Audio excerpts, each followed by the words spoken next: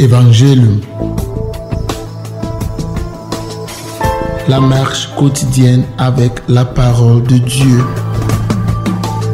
L'initiative des missionnaires claretains, réalisée par Publicaciones Claretiane, au studio Guadalupe, Nkobison, Yaoundé, Cameroun.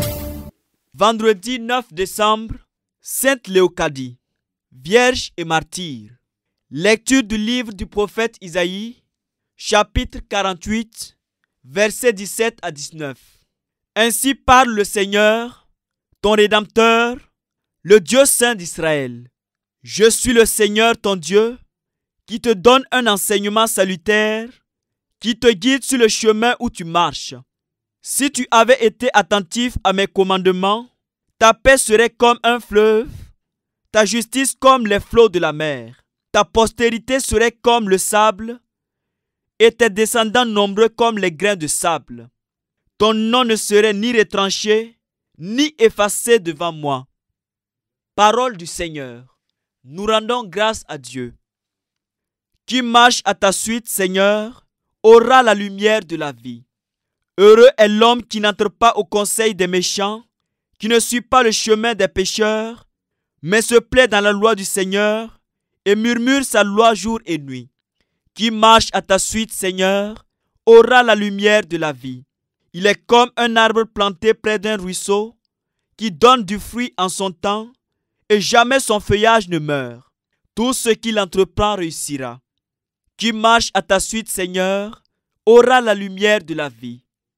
Tel n'est pas le sort des méchants, ils sont comme la paille balayée par le vent. Le Seigneur connaît le chemin des justes, mais le chemin des méchants se perdra. Qui marche à ta suite, Seigneur, aura la lumière de la vie.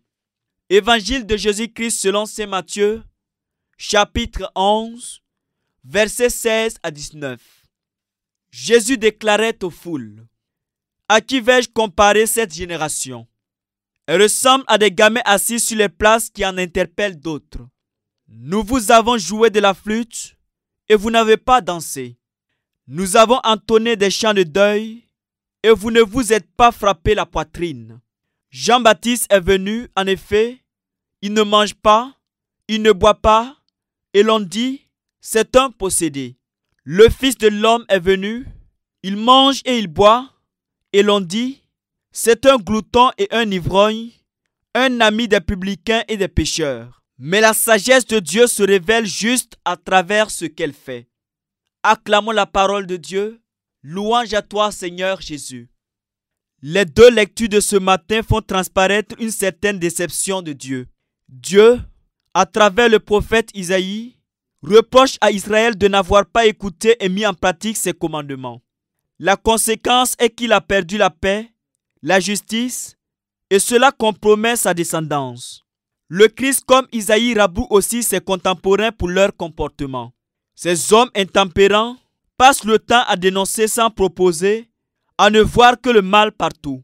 Jean est venu, il était un ascète, les gens lui ont collé le sobriquet de possédé.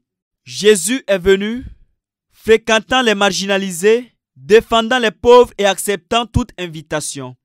On lui colle le sobriquet de glouton. Cette génération ne trouve que des tares à tous ceux qui leur sont envoyés. Jean prêchait la conversion pour la rémission des péchés et Jésus proclamait la présence du règne de Dieu au milieu de son peuple, accompagné par la guérison des malades et des possédés, la résurrection des morts et le pardon des péchés. L'esprit des contemporains de Jésus se manifeste encore aujourd'hui. Les messages de paix sont boudés, les nations rivalisent les unes avec les autres. La conséquence en est l'appauvrissement, autant moral que physique.